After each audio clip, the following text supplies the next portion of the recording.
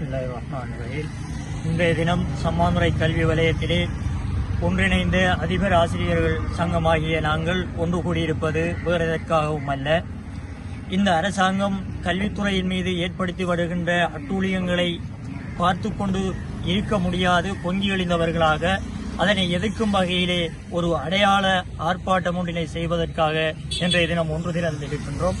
அந்த வகையிலே கடந்த காலங்களிலே எமக்கு தருவதாக வாக்குறுதி அளித்திருந்த ஆசிரியர்கள் ஊதியத்தினை முழுமையாக தராது பகுதி அளவிலே தந்த அரசாங்கம் மீண்டும் அதில் 2 பகுதியை தொடர்ந்தும் தராமல் ஏமாற்றி வருவதென்ற இந்த சூழலிலே அதற்கான சாக்குப்போக்குகளை சொல்லி வருவதனால் அதிபர்களும் ஆசிரியர்களும் அந்த ஊதியத்தினை மறந்துவிட்டார்கள் என்று இருக்கின்ற இந்த காலகட்டத்திலே நாங்கள் அதனை மறக்கவில்லை.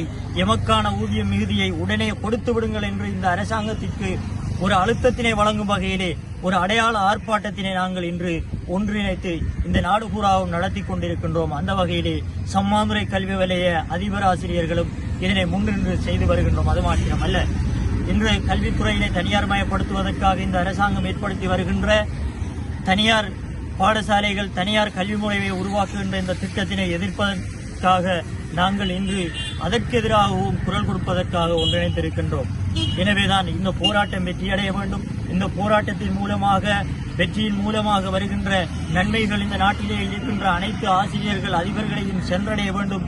அனைத்து மாணவர்களுக்கும் இலவச கல்வி உறுதிப்படுத்தப்பட வேண்டும் என்பதற்காக நாங்கள் இந்த ஆசிரியர் சங்கம் இந்த ஒன்றிணைந்த ஆசிரியர் சங்கத்திலே இணைந்திருக்கின்ற அனைத்து ஆசிரியர்கள் அதிபர்களும் இந்த வெயில் இந்த காலநிலையிலும் கூட நாங்கள் எங்களை அர்ப்பணித்து ஆர்ப்பாட்டம் செய்து கொண்டிருக்கின்றோம். எனவே இதன் பிரயோசனங்கள் இதன் வெற்றிகள் அனைவருக்கும் சென்றடைய வேண்டும்.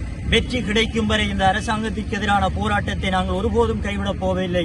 இந்த அரசாங்கத்திற்கு அடிக்கடி நாங்கள் அழுத்தங்களையும் நினைவுபடுத்தல்களையும் செய்து கொண்டே இருப்போம் என்று கூறி விடைபெறுகின்றேன். நன்றி.